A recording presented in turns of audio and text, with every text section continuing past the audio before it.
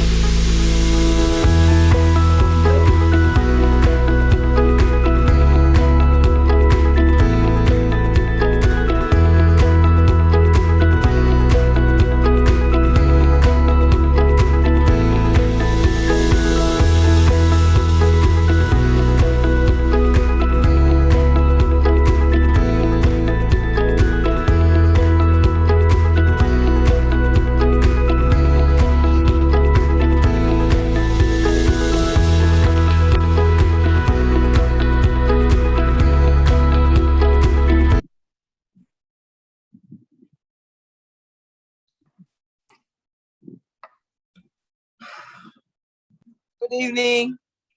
Good evening, ma'am. How are you? Good evening, ma'am. Good evening. So far, so good. Such a pleasure to see you, ma'am.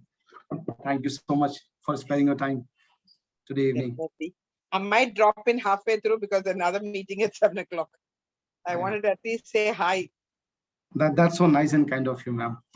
We have our esteemed speakers as well joined in. Dr. Udgeath, Dhir is also available. Nice and kind of him that he has joined ahead as per the scheduled time. Very good evening, Dr. Dhir. I'm Dr. Pavan Gupta. Such a pleasure. Good evening. Good evening. It's a pleasure here. Yeah. And that's Dr. Sudha Ramachandran, one of our esteemed members and also. Good evening, ma'am. Yeah. Good evening, doctor. Okay. So with that, I can see that my voice and video is clear, and also very well I can see Dr. Dhir as well. So taking the agenda ahead. A very good evening, everyone. Thank you so much for joining this fine evening once again. As routine, I'm Dr. Pavan K. Gupta, member, Executive Committee, Association of Environmental and Occupational Health Delhi, which is branch of Indian Association of Occupational Health.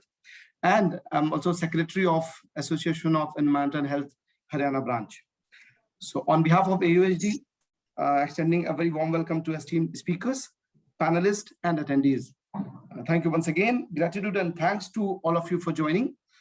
And it has been a matter of great privilege and pleasure for me to get this opportunity to host and to moderate these webinars. We have come across a long way. It's 50th webinar that we are doing. And it has been possible only because of the tremendous support that we have been receiving from all of you and from esteemed speakers like Dr. Dhir and definitely Dr. Rajiv Kumar Jain. Thanks to executive body for extending the opportunity. And I must, as I always do, I must appreciate the efforts of the Secretariat for putting everything together, bringing and looking at the technicalities, and also continuously engaging and contributing. Thanks, Shivan, for your great efforts. My pleasure, sir. Thank you. Yeah. So as always, we have a great lineup of speakers, and very soon I'll be introducing.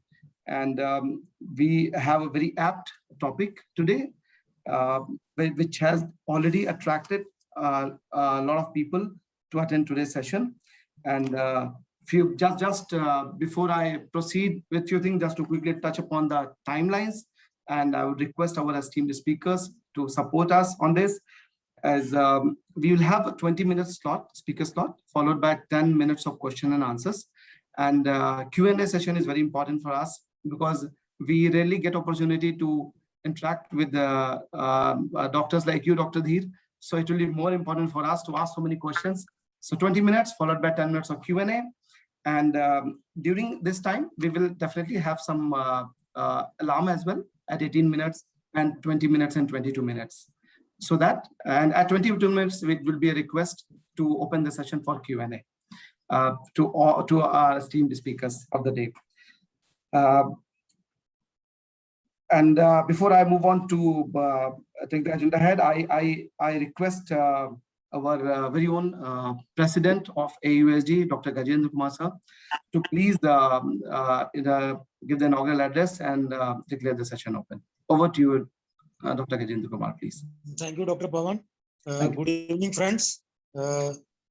As usual, on this Saturday, we are meeting for the 58th webinar of our series, which we are having last more than 1.5 years now. And today topic is going to be very, very interesting. And we have got Dr. Dhir as a speaker. He is a consultant cardiothoracic surgeon. And we have got Dr. Rajiv Kumar Jain with us, who is our own vice president of the association on epidemiology of COVID. So with these few words, I welcome both the speakers. I welcome all the participants. So now I hand over to Dr. Pawan Kumar with these few words. Thank you so much, sir, for your kind gesture and for that permission. Take the agenda ahead. I would request all the panelists and attendees to please keep posting your questions in Q&A box and also in chat box as feasible to you. We would take up them in order of appearance, and also you can raise your hands. We will be recording the sequence and we'll take it up accordingly. If few questions remain, we will take them up later, and definitely we'll reach out to Dr. Dhir for the answer, or Dr. Rajiv Kumar Jain, our esteemed speakers. So with that, feeling great to introduce to all of you Dr. Dhir and a brief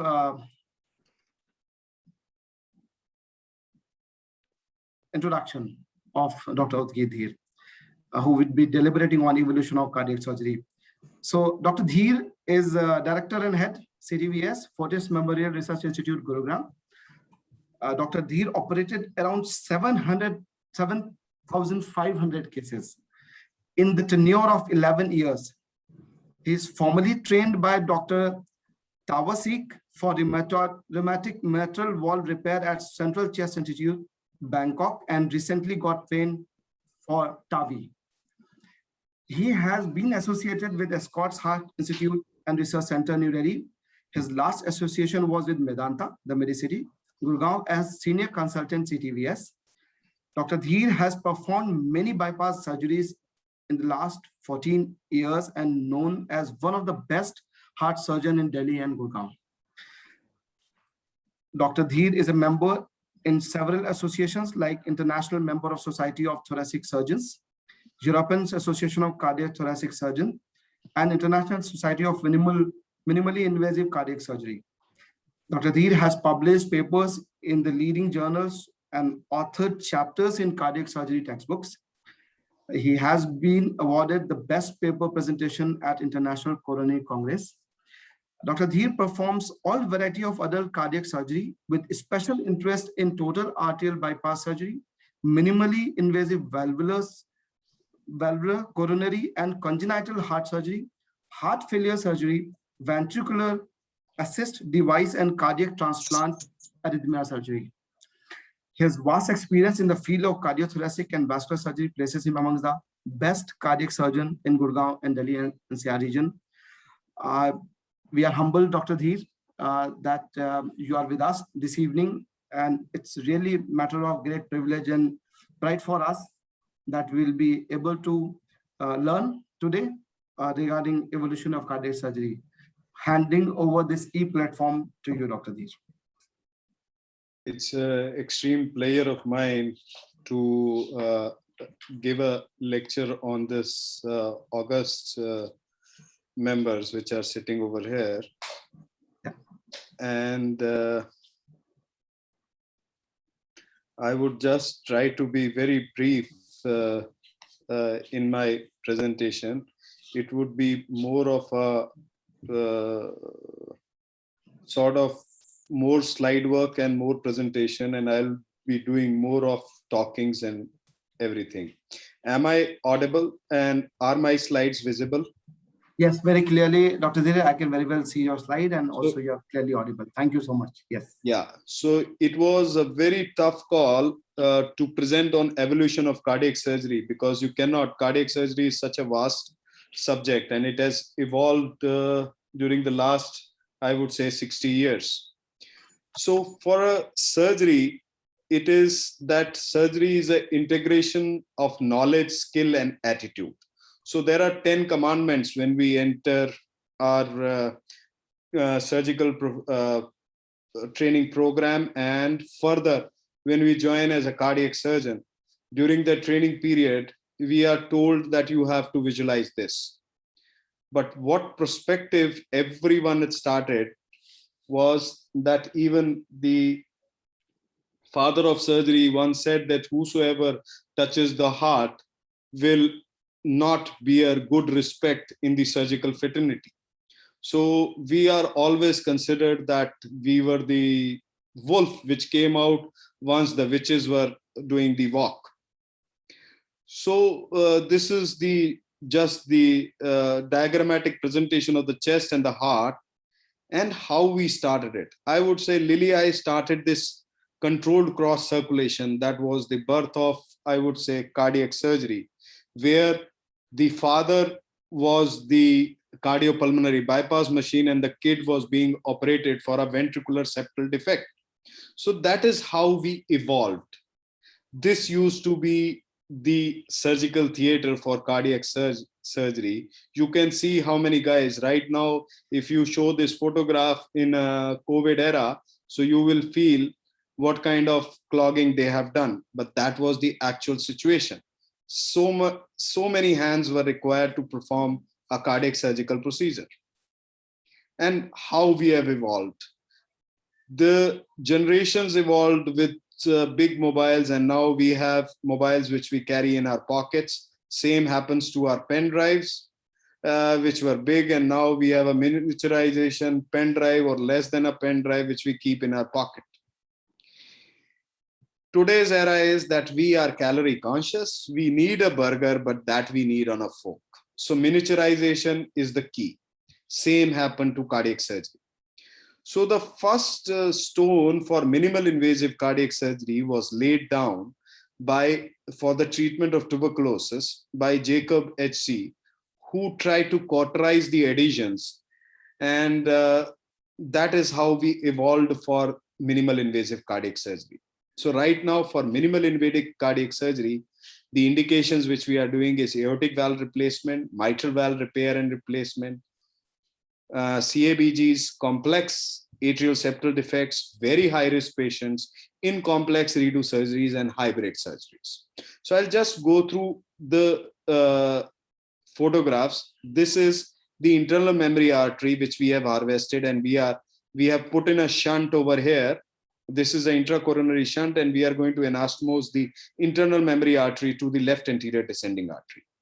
Same here, you can see that we have harvested the internal memory artery through a very small incision. This incision is somewhere around 6 centimeters. And this is how we have anastomosed after grafting. You can easily visualize we grafted the left internal memory artery, divided into two. We gave one graft to left anterior descending artery, that is the LAD, and one to the diagonal, the branch of a left-sided coronary system. This is how, after closure of the chest, you see the incision. This is somewhere around 6 centimeters. And this is the epidural catheter. Epidural catheter, we put it, comes by the name because it is inserted in the dura, but we use it for a localized post-cardiac surgery. We use it for a localized pain resolution. So these patients, they usually require very minimum pain killers after post-surgery, and they are mobilized within 24 to 36 hours. Same is the incision here. At times the chest is broad and we have to customize the treatment. So we give a small midline incision, and through that we do the grafting. Now let us come to aortic valve replacement. I have the largest series for minimal invasive aortic valve replacement.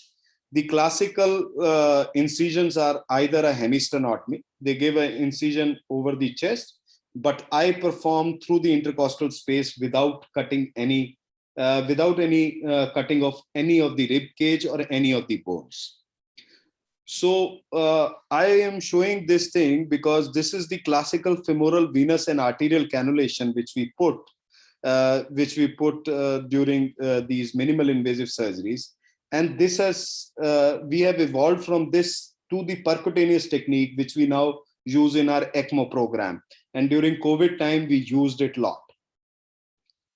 This is the self-retaining catheter, and we have put in all the cannulas, and we are performing. This is the retrograde cannula. We need to arrest the heart, which is put in the coronary sinus, and this is the vent.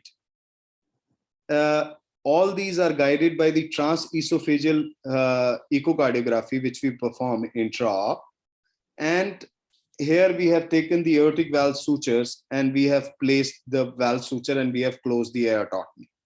And this is how the incision comes out post-surgery. So you can just imagine, with a midline stenotomy incision and just a small incision on the chest, we were able to replace the aortic valve.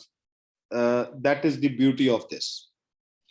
This is the incision which we give for mitral exposure, for atrial septal defect, and there are tumors which we call LA myxoma, which I perform to this small incision.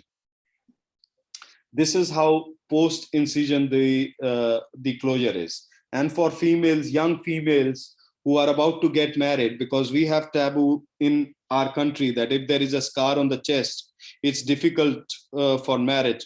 So we give an inframammary incision and you just, the scar gets waved off and there is no such problem. Then I talked about the complex. So this is the surgical technique which I published in International Society of Minimal Invasive Cardiac Surgery in 2010. And after that, I have performed so many. These are the cases who have already undergone surgery. Their grafts have got blocked or they developed a native disease. And even after stenting, and in some cases, stenting is not possible. So we performed this with a minimal incision, and on a beating heart, we performed the redo coronary artery bypass grafting, and with excellent results. That time when I published my study, it was around, we published for a case of 17 cases that time. They were cases who had failed PTCA, means stenting was not possible. So this is how we gave 2 grafts and all, and these patients are doing fine. We had one patient whom we lost in that group that time. After that, there was almost negligible mortality in all the cases. Maybe it is because of the careful case selection which we do. Then the tricuspid valve is one such thing which is of very least considered to be the most important, but it can create a lot of problem. Right ventricular dysfunction, the right side heart dysfunction is one such thing which poses a lot of problems. So what I do a minimal invasive tricuspid valve replacement, the same incision. This guy was operated 2 times, one for mitral, one for aortic. And on this beating heart, I have taken the sutures through the tricuspid valve. And here you can see the cannulation which I showed. This is the femoral arterial and venous cannulation. Here I have taken the valve sutures have been placed, and I am now placing the valve, and all the tricuspid regurgitation is gone. And these patients who had massive pedal edema, who had massive ascites, they just get discharged in within 5 to 6 days. That is the beauty of this surgery and minimal invasive aspect. The advances which helped us, that is how we evolved. The intra-op transesophageal guided placement of catheters. We had smaller cannulas, which with the help of the centrifugal pumps, we are able to give a negative venous drainage, and our long, fine tools, which helped us all this, and even the endoscope, and the latest development is a robot. I have done 8 robotic surgeries, but because of financial constraints and because of not effectivity, I still feel that robot use in cardiac surgery is minimal. It's more useful in, I would say, urological procedures and some gynae onco surgeries. These special situations where reoperative surgery, we avoid a sternal re-entry, limited dissection of the adhesions, means wherever the repeat surgery is done, there are a lot of adhesions. So avoid a risk of injury to the cardiac structures or patent grafts and limited blood loss. That is the advantage, and fast recovery, last but not the least. But the bottom line is, right now, most patients do not want stenotomy, and that is how we evolved. The surgical branch, which was once considered that anyone who does cardiac surgery would be doomed in the cardiac fraternity, we have evolved to that where we are performing minimal invasive cardiac surgery. The traditional cardiac operations still enjoy proven long-term success and ever decreasing morbidity and mortality. So the area of concern, which I have divided, is coronary artery disease, valvular heart disease, pulmonary endarterectomy, which no one touches, and last but not the least, heart failure. So there has been a lot of debate regarding when to do surgeries and all that. So I will not go into those details because there had been a lot of webinars where cardiologists would be projecting their self. And I am here, I am saying that the Syntex trial, which is considered to be the golden trial, still says that CABG is far, far better if you have triple vessel disease, if you are diabetic, if you have slight heart function which is less than 55%, then CABG fares better.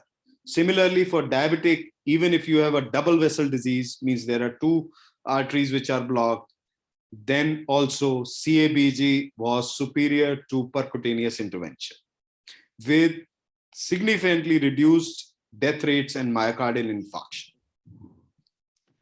So we developed a heart team. That was the evolution where we said, okay, now we should be harmonious evaluation where both the cardiologist, the interventional cardiologist, the cardiac surgeon, and the non-invasive cardiologist should together. But what we started stabbing each other. We never thought about the patient, but still we follow that. Next controversial thing was cardiac surgery in acute MI. So I'll share you the STS database. STS database is the Surgical Thoracic Society of whole world, which reported mortality of 8% for CABG, which was done within 24 hours of myocardial infarction. However, the mortality dropped to less than 2% after excluding salvage surgery, renal failure, and patients older than 70 years. So CABG, in acute MI, we have to identify variable of end organ dysfunction. That means the creatinine for kidney dysfunction, bilirubin for cardiogenic shock, and pulmonary edema. So the cardiovascular unit, always it is being said that no to the bypass, but actually the take home message is, if there is a tight midplane, refractory ongoing angina, and there is a large area of myocardial risk, then CABG is a very good option with just a mortality of 2%. So mortality of 2% means if we operate 100 such cases, 98 patients are going to go home. So I'm going to show you the some angiograms where what I say, this was the patient who was stented just 3 weeks ago, and he developed a proximal stenosis. It was a left main equivalent with angina. This is the same angiogram which I am showing. So I am not demeaning that the stenting was wrong or any such thing, but the inherent nature we have to understand. He developed a proximal left main. So proximal LAD and proximal lesions are one such thing which should be given a surgical option rather than stenting, because it is the anatomy which increases the propensity for that. Second point regarding valvular disease, which I am discussing, is the aortic stenosis. So there is a saying that if it broke, don't fix it. But should severe aortic stenosis be operated on or before symptoms onset? So there are a lot of patients which come and which say that on a regular routine investigation, they, Doctor, I don't have any symptoms. So should we operate them? So it should be weighed with the mortality, the complications, the AS severity, and all.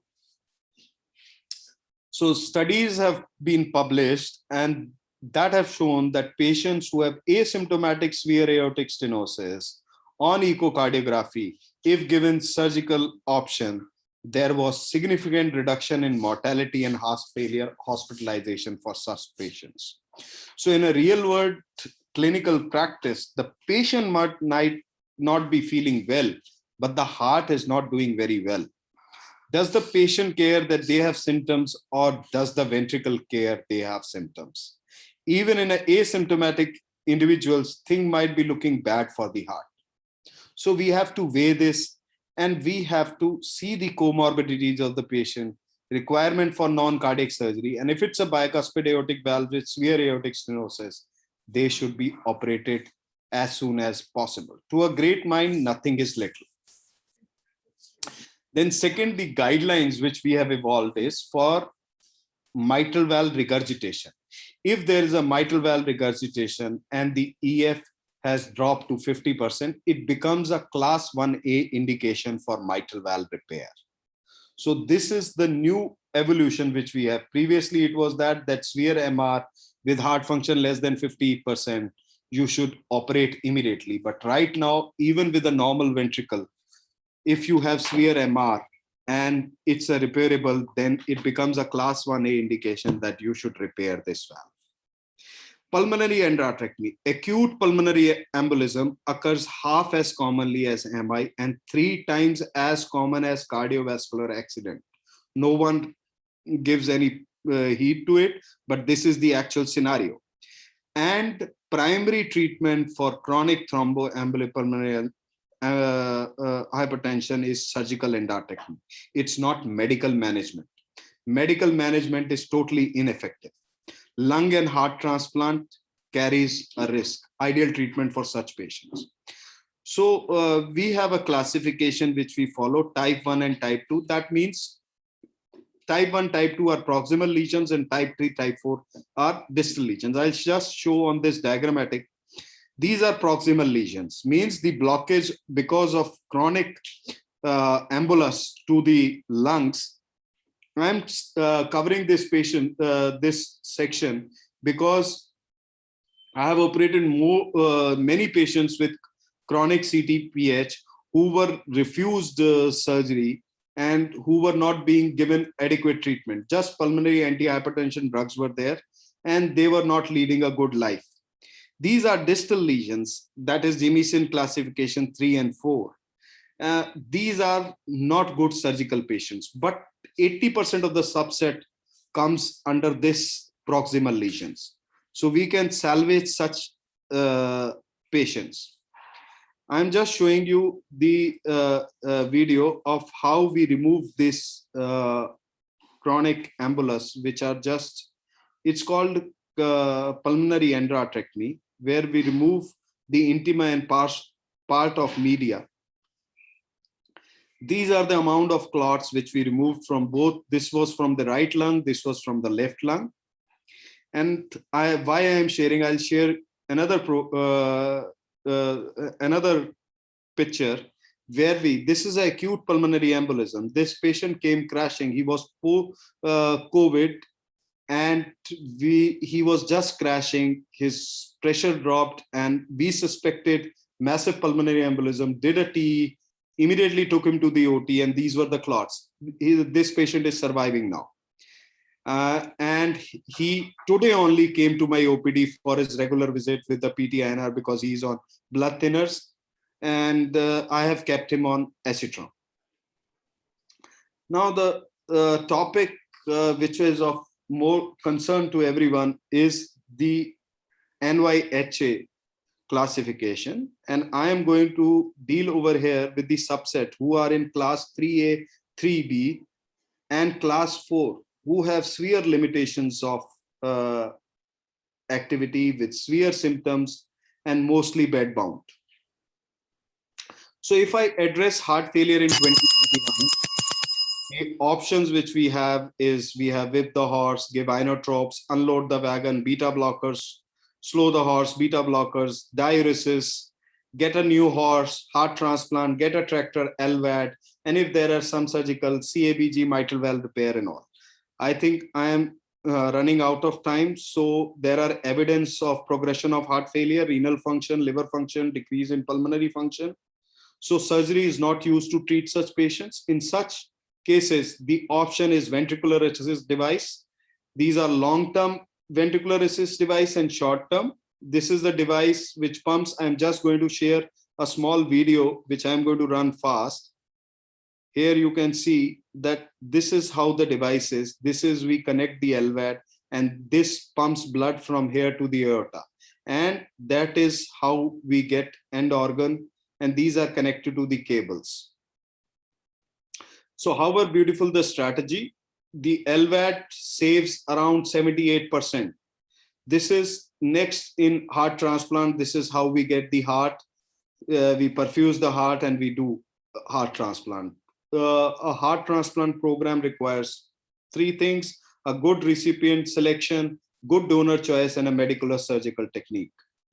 So these are the gravity of how many organs we require. Alone we can do so little, together we can do so much. This is, I would say, that in COVID, the complications either were the thromboembolic phenomena were either happening in the arterial system or in the venous system. This was embolectomy, which we done. He came with acute limb ischemia, post-COVID patients. He was just recovered, 72 years old, and we did the embolectomy and his limb was saved. The surgical perspective in COVID, we did ECMO and lung transplant. Our lung transplant program is just in the fetal stage, but ECMO, we had a lot of patients whom we put ECMO. This is the ECMO machine. And right now also one patient is in my ICU post ECMO. We were able to wean, but I would say the success rate was to the tune of 25 to 30%. This is, I would share I won't share. This is, I love my team. This is my team. And this is the hospital where I work. Fortis Memorial Research Institute, Gurugram. Jai Hind, Jai Bharat. That's wonderful. Jai Hind, Dr. Dhir, for sure, and Jai Bharat for sure. Wonderful insights and excellent and amazing case studies, and some definitely related to COVID as well. And we definitely look forward to more questions. I cannot say. I just say that it was very quick, but a very thorough one on the evolution part, and also the way you have maneuvered the slides and the videos. It was definitely a great experience hearing you and learning. Thank you so much, Dr. Dhir. Let's see. We have some raised hands, and definitely the first one is from very own our president, Dr. Rajiv Kumar. Sir, please. First of all, I compliment Dr. Dhir for a wonderful presentation. And I also thank you for keeping the timeline intact. Yes. My question is, Dr. Dhir, is the heart transplant program is on in your hospital? Yes. And if it, Yes. how many heart transplant you have done, and what is the outcome? Sir, I have done 3 transplants personally, and 2 of my patients are still surviving. Surviving after how many years? Sir, it's now, first patient is 6 years and the second patient is 2 years. And I have, because of COVID, I have right now 6 patients registered for heart transplant. From the waiting list, I lost 1 patient from Allahabad, that too because of COVID. Okay. And we got a call of heart transplant in our hospital. We had a blood group also, but his heart was not fit for, we had called the patient also. He belongs to Rewari. He was admitted in the hospital. We had a heart also, but his heart function was 35%. So we could not take the heart. That was the only thing. Otherwise, our heart transplant program, I would say, if you want to ask the total thing, 5-year survival is 80%. Okay. But what is the LVAD, I would say LVAD would be the new thing. The only thing which is coming, refraining it, is the cost. And I am already in terms with the LVAD guys for our Indian patients. I am trying to get subsidized LVAD, the latest LVAD HeartMate 3, which I am using presently. We can get at a slightly cheaper cost. That would be a big boon for heart failure patients in India. I can just tell you this. And how these LVADs stand vis-a-vis a transplant cost-wise? Cost-wise, the transplant costs somewhere around 25 and LVAD costs somewhere around 90.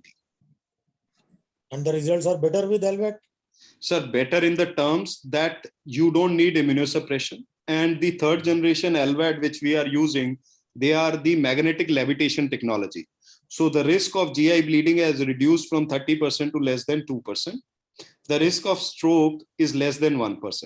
So these were the major concerns with the HeartMate 2, the previous generation device which we are using. Even I would say in ECMO during this COVID, we had different. I use a Centrimag, that is a third generation magnetic levitation pump. The patient fared better and we could give him long term for more than a month ECMO and without any complications because of hemolysis or any such thing. So the technology has advanced even in magnetic levitation. I would say future, because we won't be able to get so many hearts. The patient, if we have a cadaveric heart, see, with the kidney program, it is there that you can take one kidney from another one. You have a live program. Same applies to the liver. But for heart and lung, you need a cadaveric program. Absolutely. And for cadavers, what kind of preparation is there? Immediately after the accident, a brain dead patient, how resuscitation was done, all these things matter. And till the time he is hospitalized, most of their develop heart dysfunction and all. So we have a limited resources in terms of that. Okay. So that's why I'm saying the future of LVAD. Thank you. Thank you so much, sir. I have a question for you, Dr. Dhir. It's related to India's position on when it comes to high-end devices, these medical devices which are required definitely for cardiac surgeries. We have definitely evolved. How has India evolved and what is your take on it and what should be the way forward for India per se? Very correct. You have asked that question. So I would say I have trained fellows in last 5 years from various other countries. Okay. There are 2 guys from Afghanistan whom I trained. Mm-hmm. There is 1 guy from Kenya. Mm-hmm. There are 1 guy from South Africa. Mm-hmm. They come for training to our Indian institutes, and we train them, and they are doing successful cardiac surgery program. And their thesis goes to, I am the co-author for their thesis. I guide them. And so we are now equally advanced. If you talk about US and also, it's about their projection. See, India में सबसे ज्यादा problem यह है कि बाहर की degree वाला है वो बड़ा डॉक्टर है, यहाँ की डिग्री जिसने ली है वो छोटा डॉक्टर है। ऐसा नहीं है। मैं आपको बताता हूं, मैं डॉक्टर ताविज साहब के पास इस वजह से नहीं गया था कि he is outsider. He is the first trained people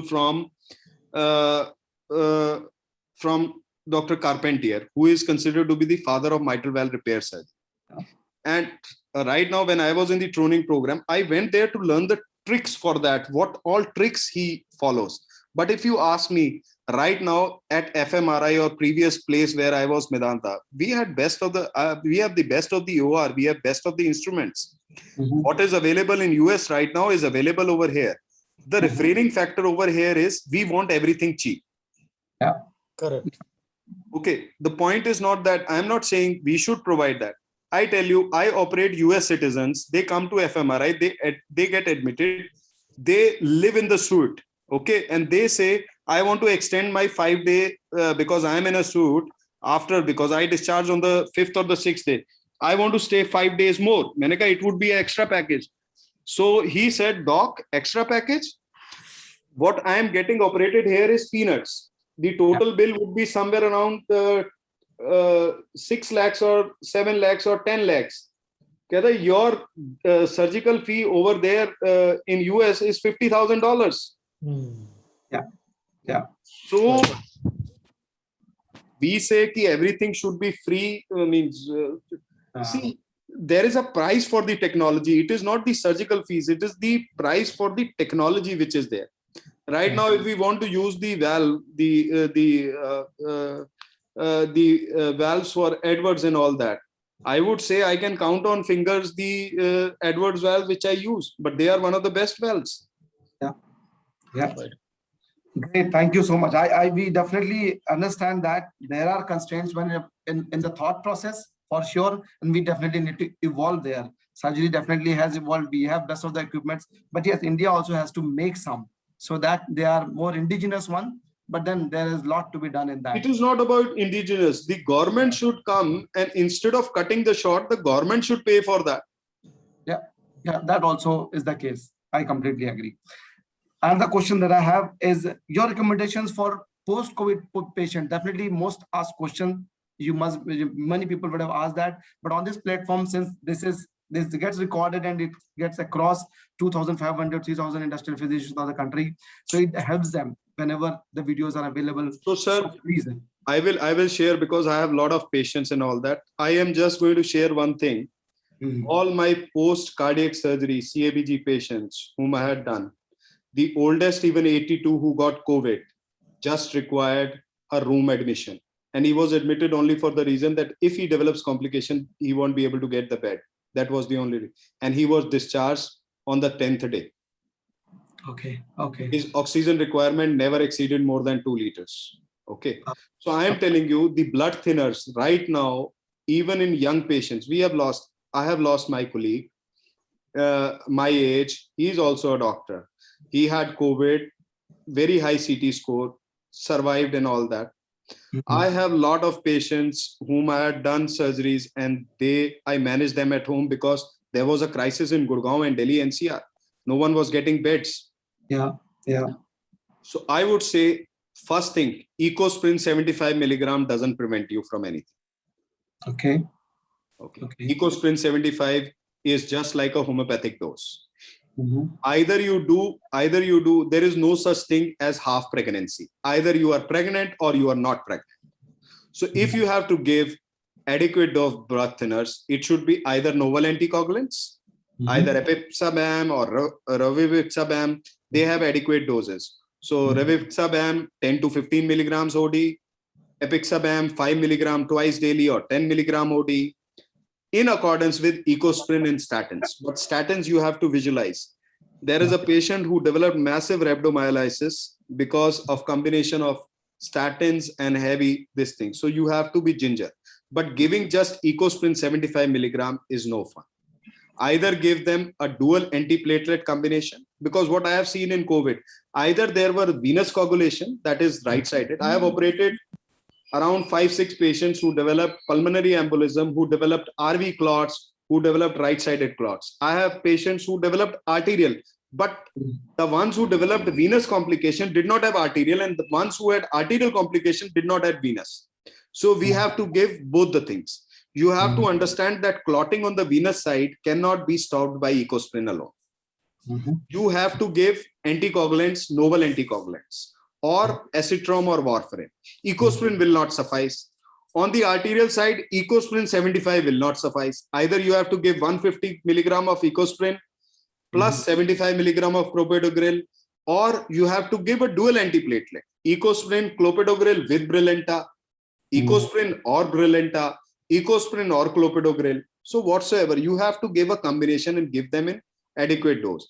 150 milligram of EcoSprin with 75 milligram of clopidogrel, or 75 milligram of EcoSprin with 90 milligram twice daily of Brilinta, ticagrelor, or neural anticoagulants, EcoSprin 75 milligram with Epid 5 milligrams twice daily, or Ecosprin 75 milligram with Rivaroxaban 10 milligrams. So that has to be a combination which has to be given. It's really sad that we lost people, but then this guidance of yours will definitely go a long way, Dr. Dhir. Thank you so much for elaborating on this particular aspect, but there has been a lot of confusion on the dosage. And as you rightly mentioned, 75 milligrams of Ecosprin will not solve the purpose for sure. People have been taking it empirically, but yes, that would not have solved. That is a half-hearted thing. Means it won't solve the purpose. Basic thing, we want results. Yeah. We are really grateful that you elaborated on it and we got the insights. We will have more questions and probably we'll reach out to you through email at times, and then we will look forward to have your more insights on different topics when it comes to various pertaining to the recent situation in coming times. And also, as we are apprehensive of the third wave, let's see, we are keeping fingers crossed. We will reach out to you for your support and times to come. With those words, I thank you so much, and no doubt you have been winning awards and accolades with all that knowledge and all the work that you have done. We wish you many more such awards and accolades in times to come. Thank you so much, Dr. Dhir. We are grateful that you spent your time. Thank you. Thank you. Jai Hind. Jai Hind, Dr. Dhir. Thanks to Dr. Dhir once again. And with that, we move on to our next esteemed speaker, our very own Senior Vice President of AUSD, Dr. Rajiv Kumar Jain. Very good evening, sir. We can see you very well. And I hope you are also able to see us and hear us clearly. Thank you so much, sir. And here comes the regular update, a regular feature of our webinar that we have on Saturday. A brief introduction of our Senior Vice President, Senior Consultant Health, Indian Railways, New Delhi, 40 years of experience in health and hospital administration, Fellow Award of Indian Public Health Association, Fellow Award of Association of Environmental and Occupational Health, Delhi, published, presented more than 145 scientific papers in national, international conference, journals, and books, fellowships, scholarships by World Health Organization, National Institutes or Institute of Health, USA, Canadian Society for International Health, International Clinical Epidemiology Network, and International Society for Priorities in Healthcare. First Secretary and Registrar of the Delhi Medical Council. The list is endless. I'll take a pause here and hand over this e-dais to Dr. Jain for further deliberation. Thank you so much, sir, for sparing your time. Over to you, please. Thank you, Dr. Pawan. Good evening, friends. As we assemble every Saturday to take a review of the epidemiological aspect of COVID-19 and the developments which have occurred in the last 7 days, we again have gathered today after the first lecture or first talk to review the COVID-19 epidemiology situation in the country, in the world, and in our region.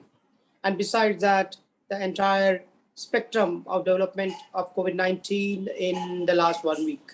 So here we go. For a change today, next slide. Art and COVID-19 pandemic. Art and COVID-19 pandemic. I present to you 5 artists and 5 paintings by our own Indian artists. The first painting I put in front of you is of migration in the time of COVID. This is a painting by Kalyan Joshi. The numerous panels depict the plight of migrant workers who had to undertake long and arduous journey back to their hometowns. Look at this beautiful creation of human mind. Far paintings are famous in Rajasthan, and they tell stories of mankind. And this is a story of COVID-19 pandemic as it happened in India in wave 1. Look at the creation, the beautiful creation, the sun in the top left, the mountains are there, the train is there in the front, and the buildings at the top right, and the misery, the plight of migrants in the bottom panel. And they describe the pandemic in India. I present to you the second painting. Next, please. This is a detail from the COVID scroll.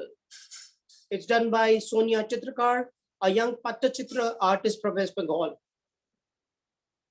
Another beauty, another painting, human creation of COVID-19.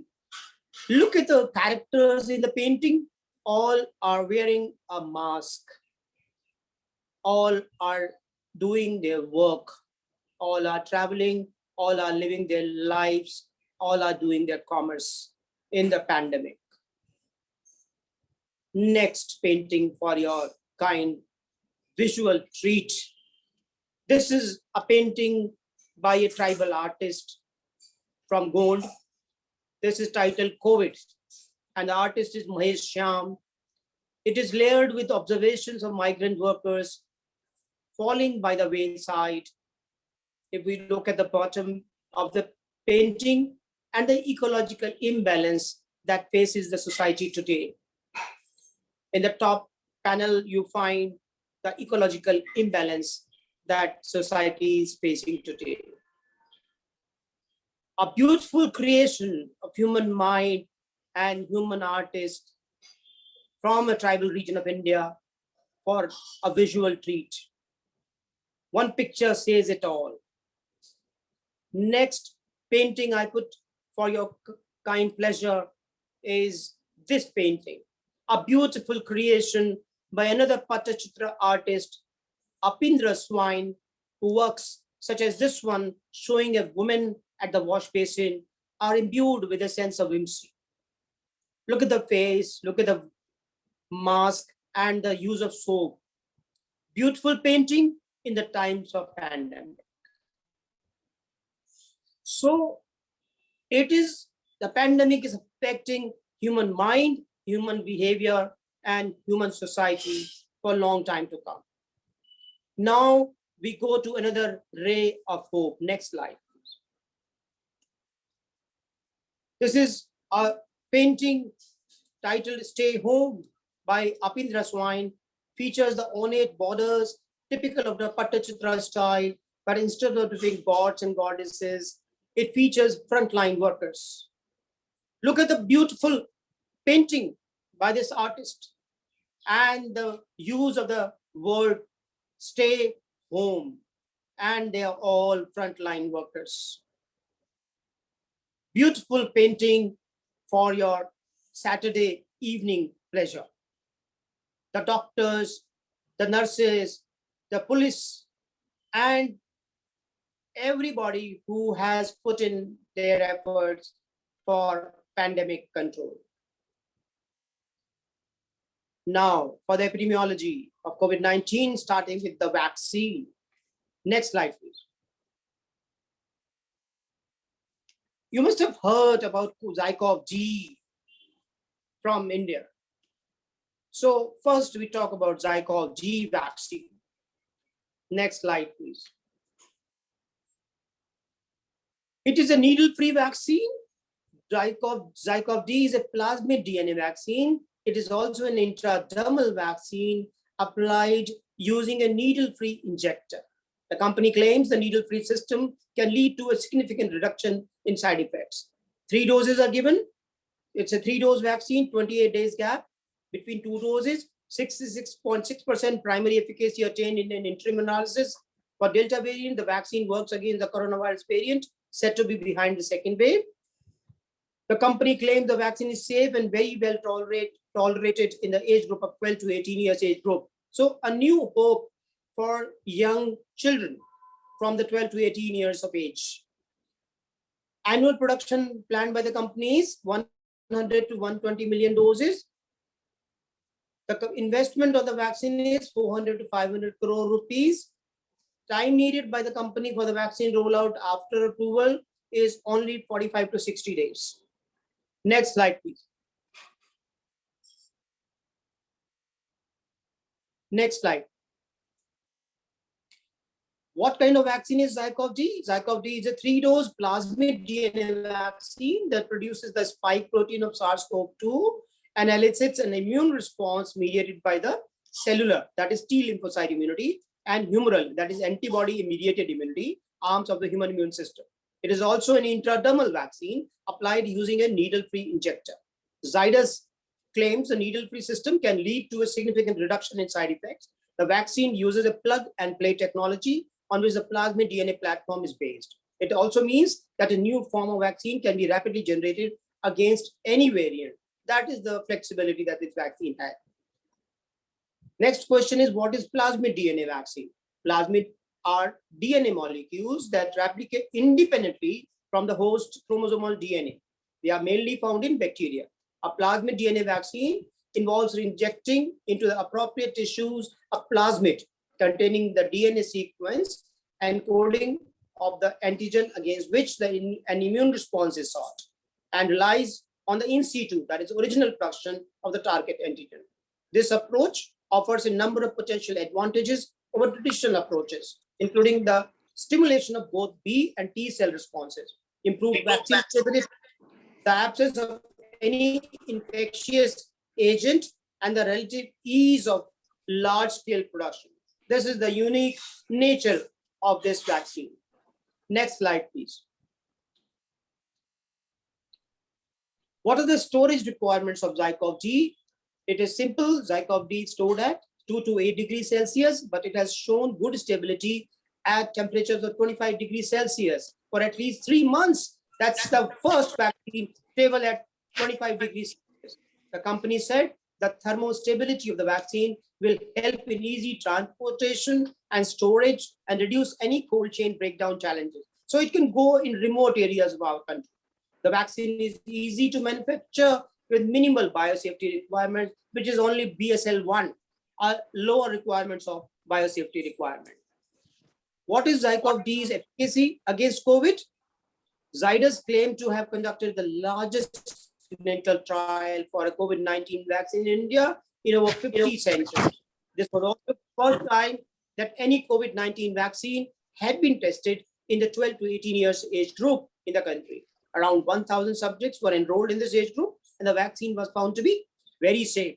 The tolerability profile was similar to that seen in an adult population. Primary efficacy of 66.6% has been attained for symptomatic RT-PCR positive cases and in an interim analysis. And the last question is, how many doses can Zydus produce?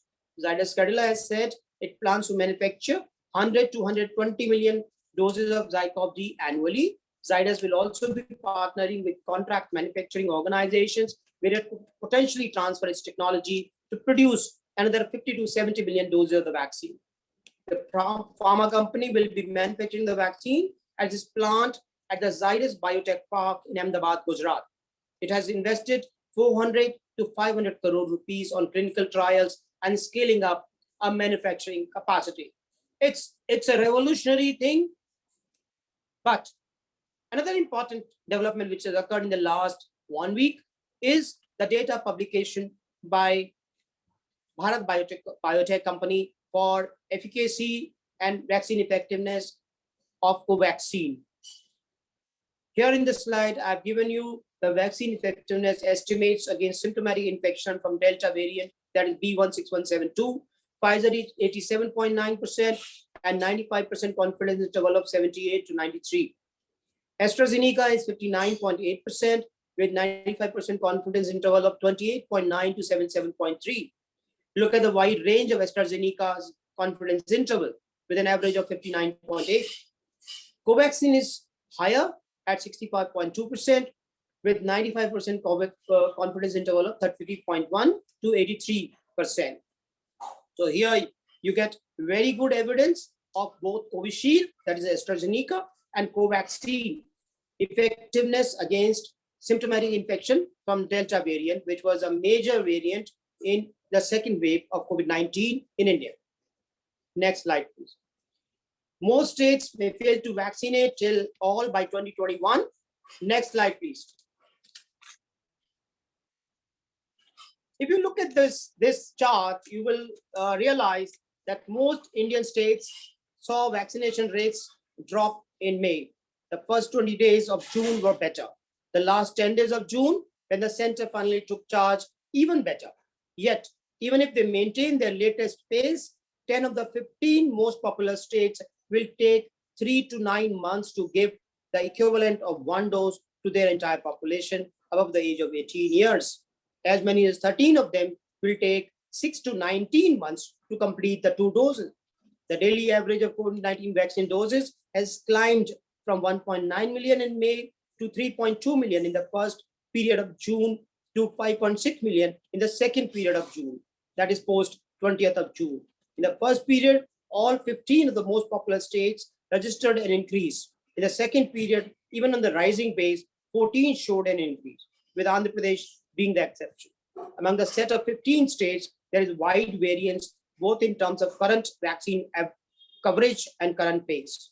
As a result, even maintaining their respective latest 10-day average will lead to vastly different outcomes. At the top end, only 5 states can deliver the equivalent of 1 dose to their adult population in 3 months: Karnataka, Madhya Pradesh, Gujarat, Kerala, and Rajasthan. Kerala, Gujarat, and Rajasthan have led in vaccine all along, while Madhya Pradesh and Karnataka have picked up pace more recently. At the bottom end, 3 states will need more than 6 months to complete even 1 dose. These are Bihar, Uttar Pradesh, and West Bengal. They will take 14 months to 19 months to complete both the doses. Next slide, please. 3 weeks to the Olympics. Host Japan is far from vaccinating its people. Among the 10 most populous countries, India has maintained its 4th place in terms of weekly growth in COVID-19 vaccine coverage. Japan, China, and Indonesia raised their vaccination pace faster than India. That you see in the chart on the left with red color. On cumulative doses given, India ranks 7th among the 10 most populous countries, with doses per 100 persons as at 24. China continues to make great strides, increasing doses per 100 persons from 75 to 85 during the week. For the 11th straight week, Japan registered the highest weekly growth in doses administering per 100 persons in this set. Its capital, Tokyo, is scheduled to host the Olympics, postponed from last year. They will be held from 23rd July to 8th of August. The country has been racing against time to vaccinate its population. However, since it started late, Japan has been able to vaccinate only 23% of its population with 1 dose and 11.5% with both the doses. Next slide, please. All states have now crossed 10% in total vaccines per capita. The pace of COVID-19 vaccination has increased. On Monday, when India extended free vaccines to everyone, the country delivered 8.73 million doses, the most in a single day. The spike was partly because of some states going slow in the run-up to the transition. On Tuesday, vaccination fell to 5.9 million. Still, India has moved to a higher trajectory. In the past 2 weeks, the average is 4.7 million doses per day, a level last hit in early March. Following an increase in supply, all states have picked up pace in the past 2 weeks. Himachal Pradesh, Gujarat, Delhi, and Kerala still lead states on per capita vaccine coverage. Laggards such as Uttar Pradesh, Bihar, and Jharkhand have also picked up pace. In the past week, for instance, Bihar's coverage has increased from 101 doses per 1,000 to 120. If you look at the map, Kolhapur is having 11,381. All states have now crossed. Next slide. This is all right. Maharashtra district registered the highest new cases after 12 weeks. If you look at Kolhapur, 11,831 cases. In India, even as total new cases trend lower, there are numbers emerging that need to be watched in the context of a possible third wave. In Maharashtra, a close second to Kerala in new cases, weekly new cases have crept up from 60,893 2 weeks ago to 62,748 last week and 63,817 this week.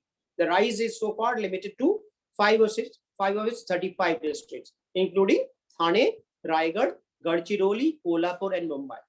Thane's weekly count of new cases has surged from 2,671 2 weeks ago to 6,814 this week, almost 3 times. Kolhapur registered the highest weekly cases this week. It is after 12 weeks that a district from Maharashtra leads in weekly cases. Elsewhere, 14 districts across 6 northeastern states have reported a steady increase in new cases in the past 2 weeks, albeit on a lower base. For example, new cases in Udgeath in Assam increased from 1,314 last week to 1,791 this week. Next slide, please. COVID-19 deaths continue to trend lower in all the 10 states leading in new cases. This week, all India COVID-19 deaths were 7,461, which is about 1/3 of the 22,234 deaths 2 weeks ago. Most states are trending lower. Only 15 districts have reported higher deaths for each of the last 2 weeks. 3 districts stand out. These are Dakshin Kannada in Karnataka, Khordha in Odisha, and Allahabad in Uttar Pradesh. Dakshin Kannada reported 102 deaths in the past week, its highest ever weekly tally. In the first 3 weeks of June, it averaged 38 weekly deaths.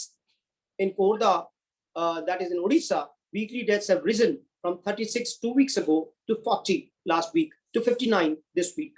In the last 1 month, Allahabad has registered 215 deaths with 121 in the last 10 days.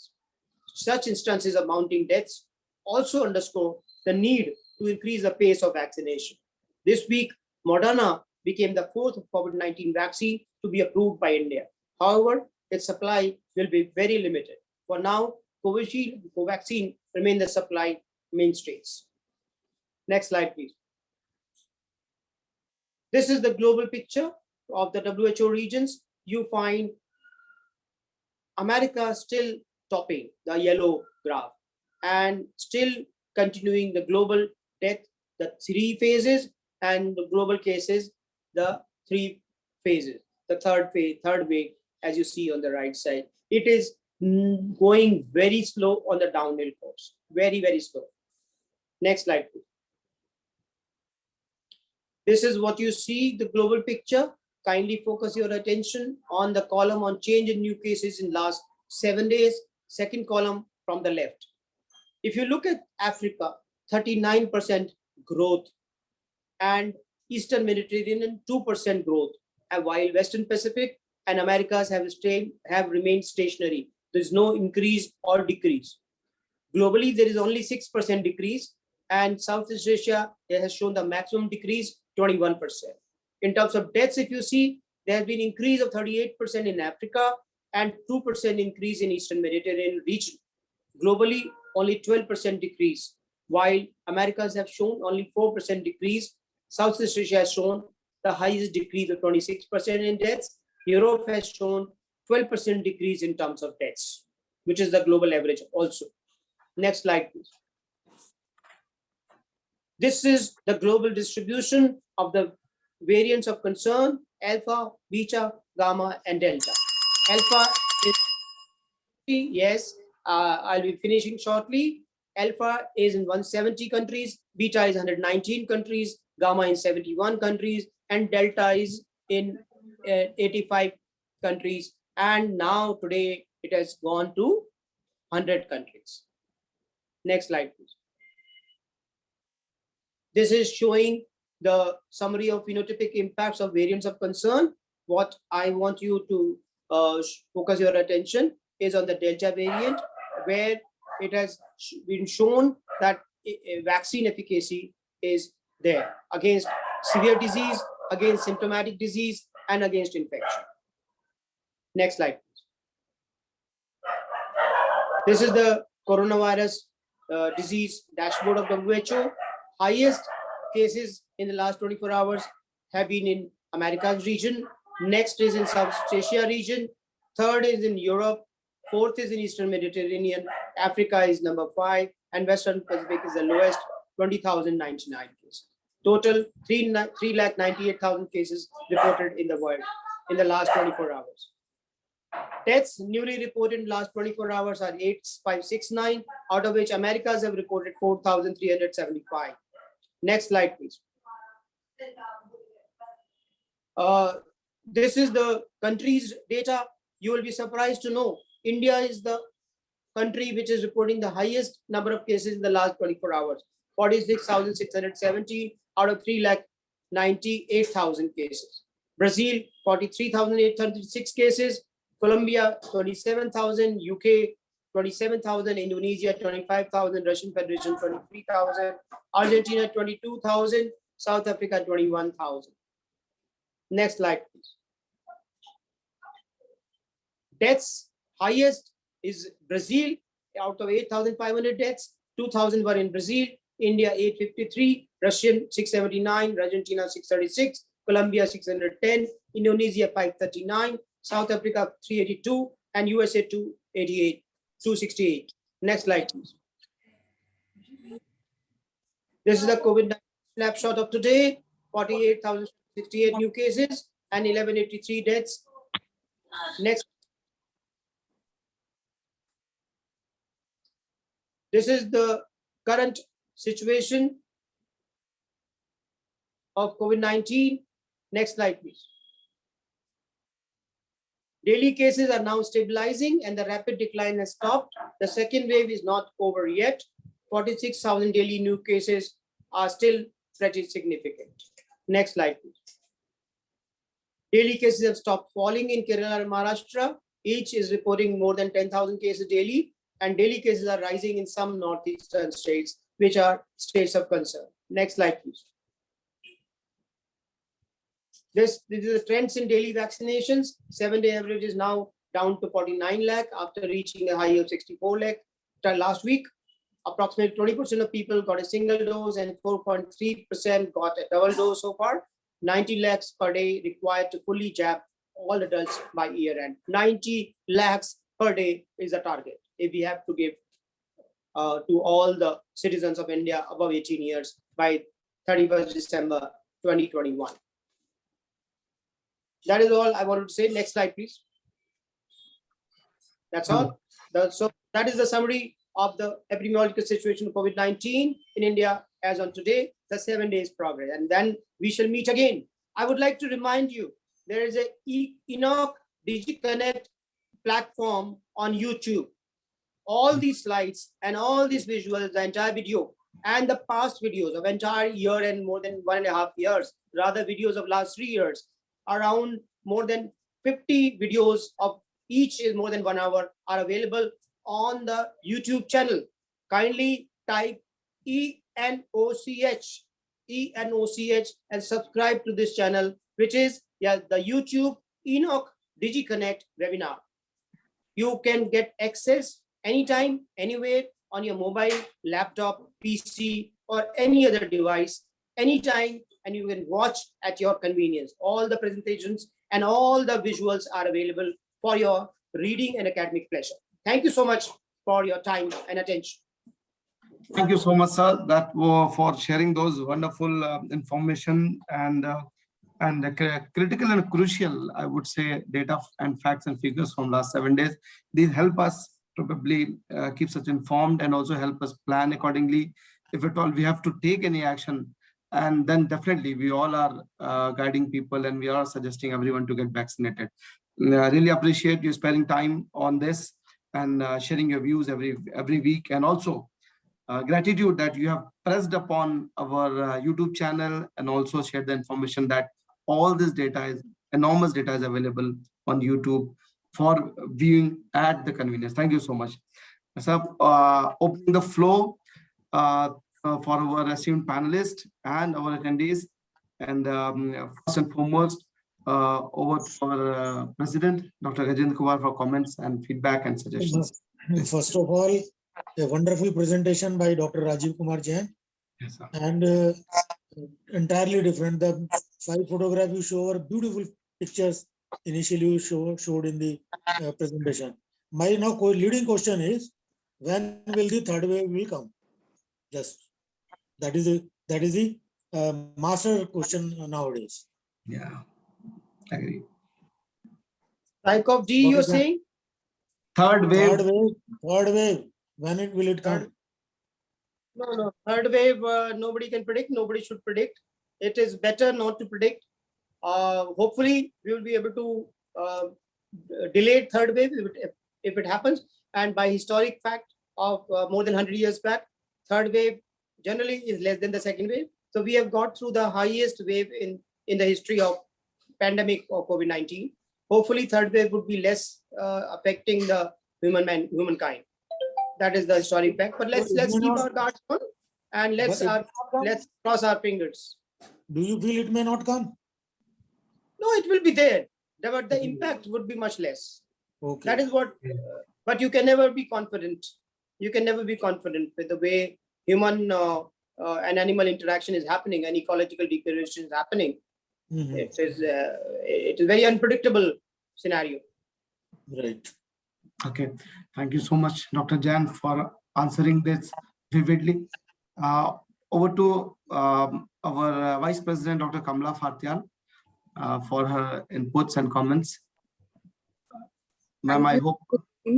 Yes, I'm there. Yes. Thank you, Dr. Pavan.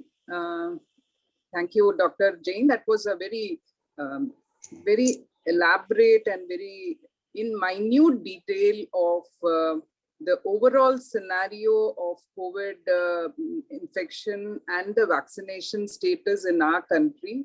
I think you gave a very gave us insight into the whole picture in a very in a pictorial form, which we could all understand and get it very accurately. And thank you for giving us new ideas into this by showing us those pictorial presentations. And I appreciate it. And thank you very much, Dr. Pavan, and thank you, Dr. Jain. Thank you once again. Thank you. Thank you, ma'am. Welcome. Over to our National Secretary of Indian Association of Occupational Health and also Secretary of AUHG, Dr. Sandeep Sharma. Thank you, Dr. Pawan. Thank you, sir. As usual, it was a nice show, and good thing is we are continuing with our sessions without a break, and all sessions they give out something new to our industrial physicians. That is a value addition for every one of us. And to add to what Dr. Rajiv Jain sir has said, we should go and subscribe our YouTube channel. It is now gaining a lot of importance and lot of liking for the industrial physicians and for the occupational health physicians. We have developed a QR code, and that QR code is available on the last page of our e-magazine, that someone can scan it and go to the social media channels of our INOC initiatives. So we'll also circulate it to everyone in the WhatsApp group also, and through email also. So as Dr. Rajiv Jain sir has told that we need approximately 90 lakh vaccinations per day in India to cover our population by December 2021. So with the availability of the indigenous vaccines which we are having, and like Moderna, this availability will be limited. Will we be able to vaccinate our entire population by December 2021? Well, we should be able to achieve at least 70% of the target, but I believe more concerning is the gender gap, and more concerning is the availability of the vaccine deeper into our hinterland, the rural areas and hilly regions and tribal regions. That it remains a challenge, and I keep on mentioning again and again, and presented in the chart as well. The bottom three, the states of Bihar, Uttar Pradesh and West Bengal, if they do not scale up very aggressively, the target is not likely to be achieved. These are the three states.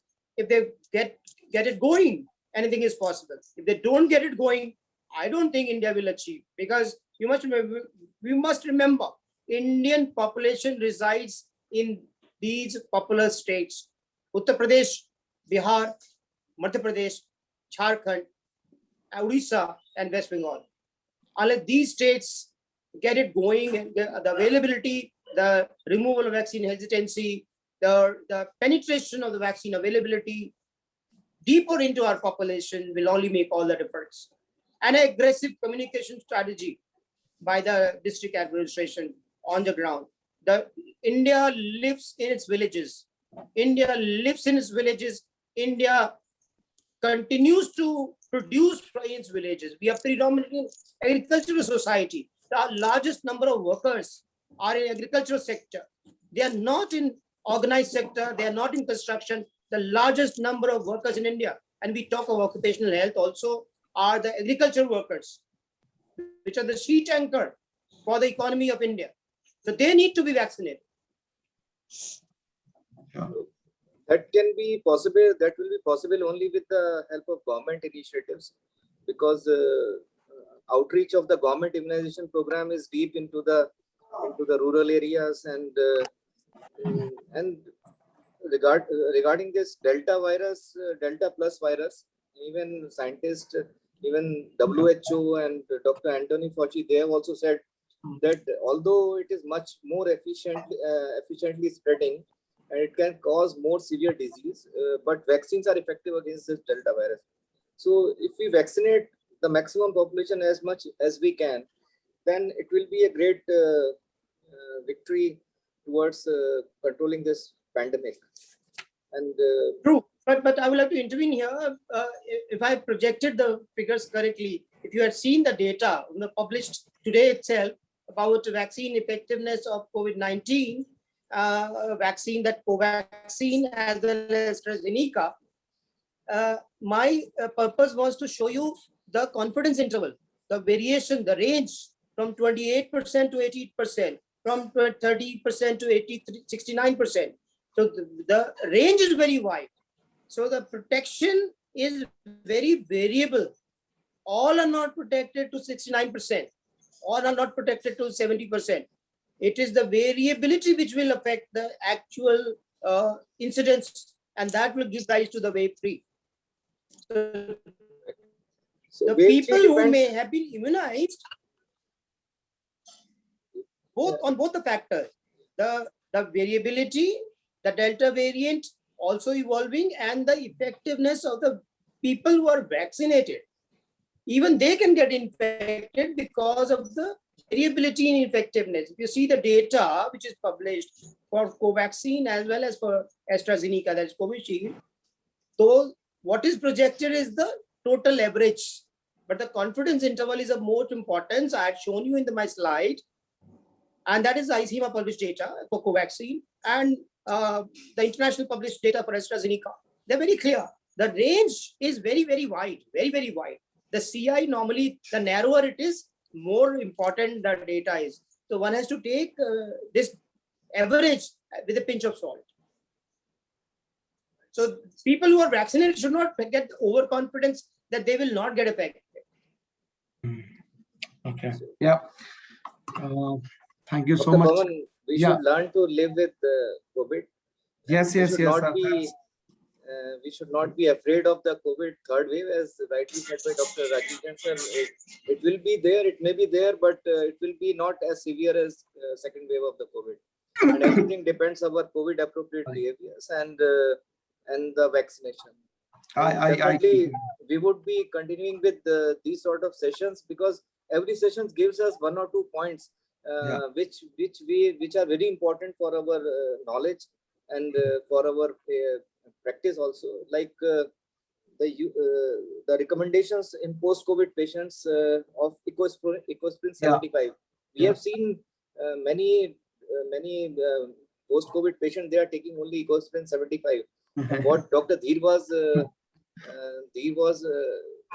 prescribing, it is just really eye-opening. We should go through the literature and get ourselves enlightened on this particular subject, because this is very important.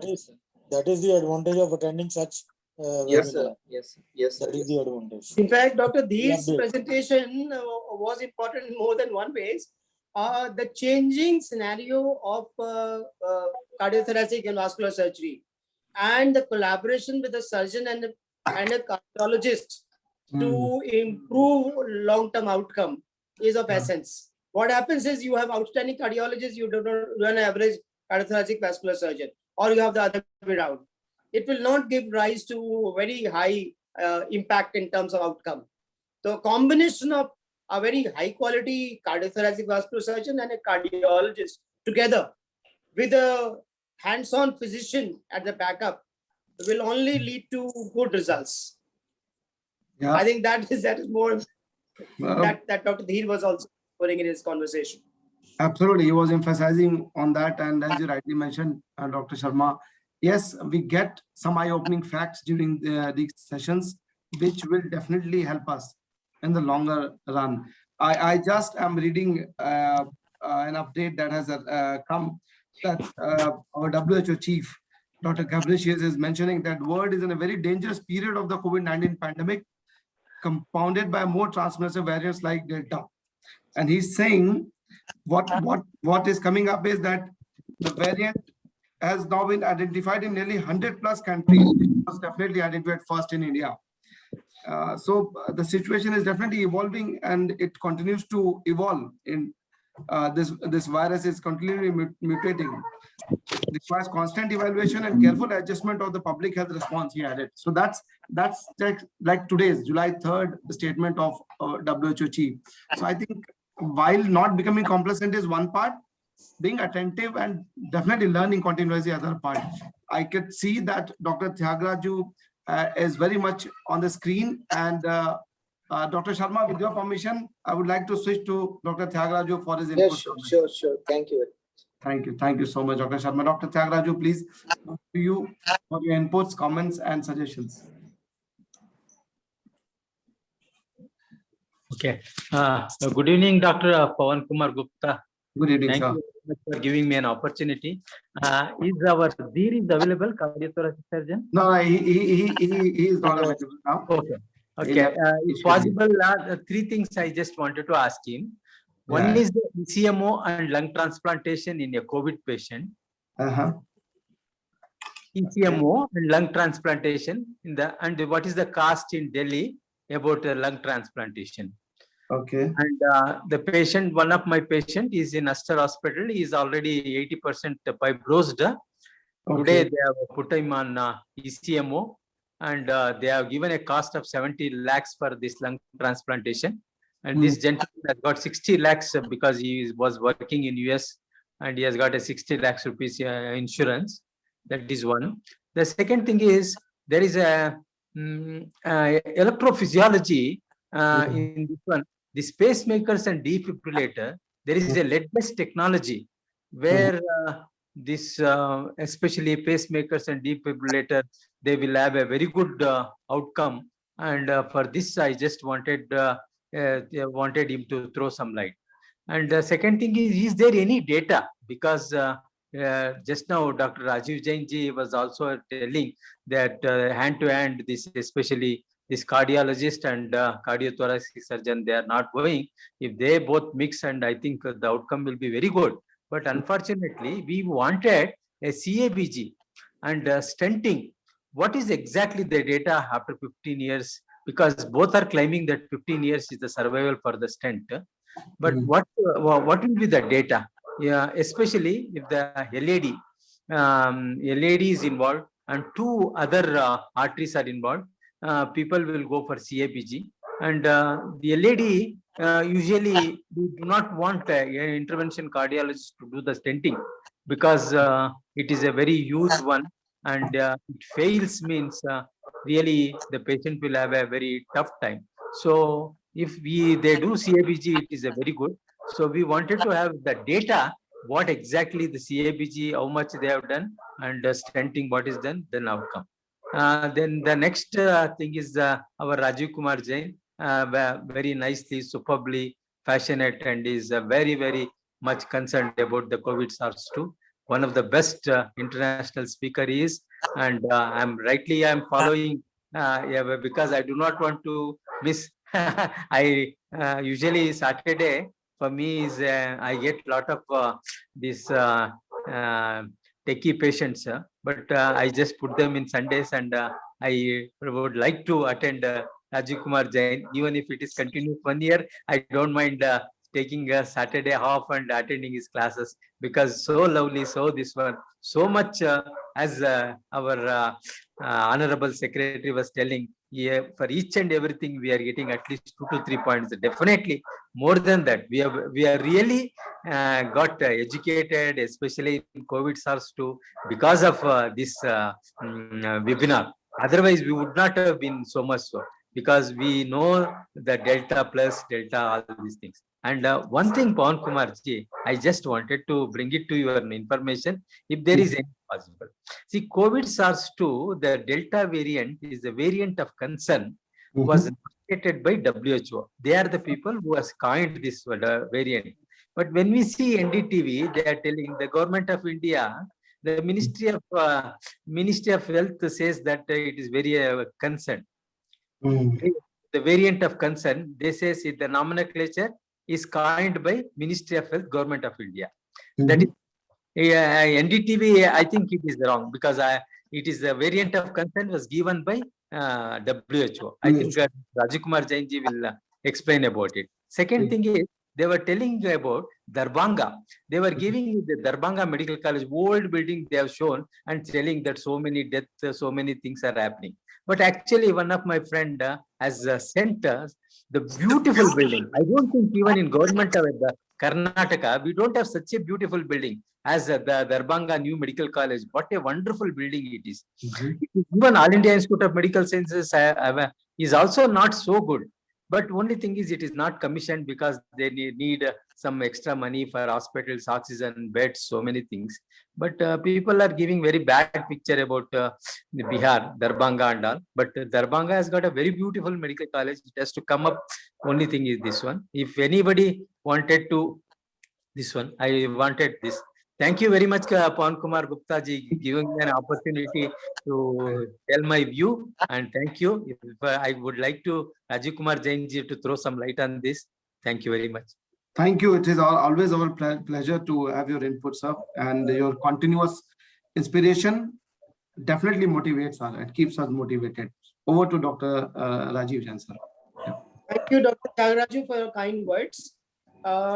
Two issues that you've raised regarding variants of concern. The international protocol is the countries themselves can declare the variant of interest as variant of concern based on the local situation. That is the international protocol. Based on a number of countries' analysis data, the WHO also classifies the variants in terms of VOC and VOI. So both are valid. Indian government officially has declared Delta Plus as the variant of concern for India. That is the official Government of India declaration.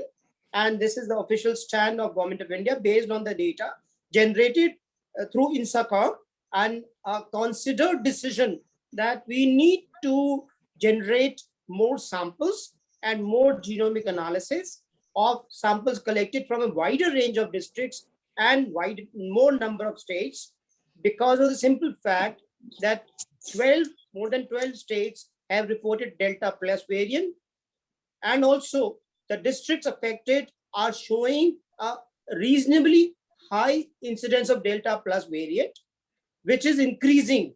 The trend is more important. So variants of concern is a right nomenclature for Delta Plus variant. Delta as such is already in India and by WHO as well. Our variants of concern, as I showed you in the graph as well, the last weekly epidemiological situation, the bulletin is issued by the WHO every Tuesday. In India, it is released early morning or Wednesday morning.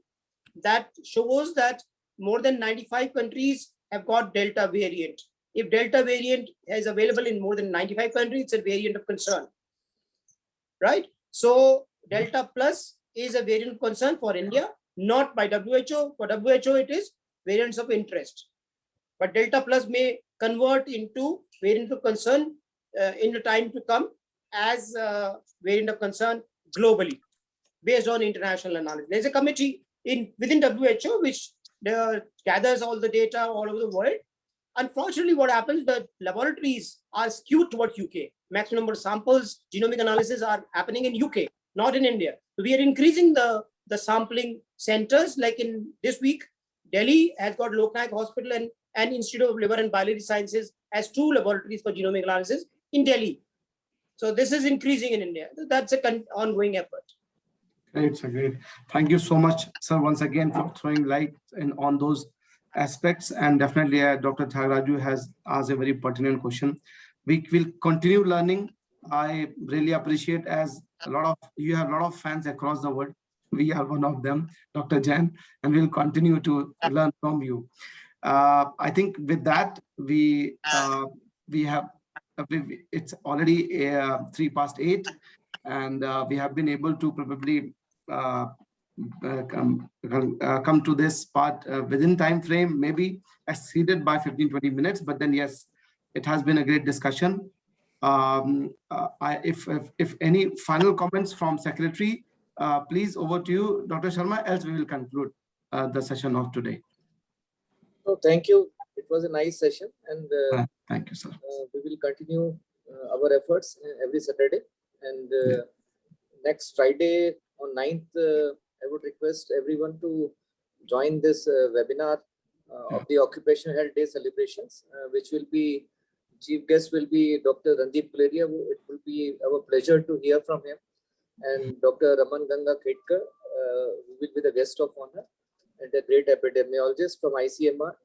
He's a retired scientist from ICMR and deputy director, and Professor Seong Yong Kong, Vice President of ICO.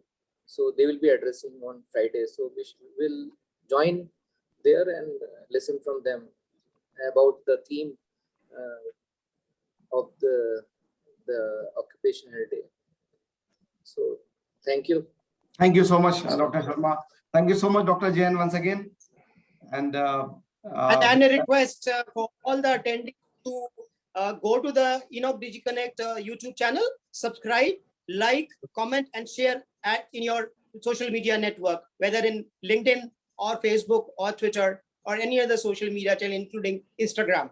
That will spread the knowledge like a fountain all over the world. Thank you so much. Thank you, Dr. Thank Jain. you, sir. Thank you very much. Thanks to everyone. Wishing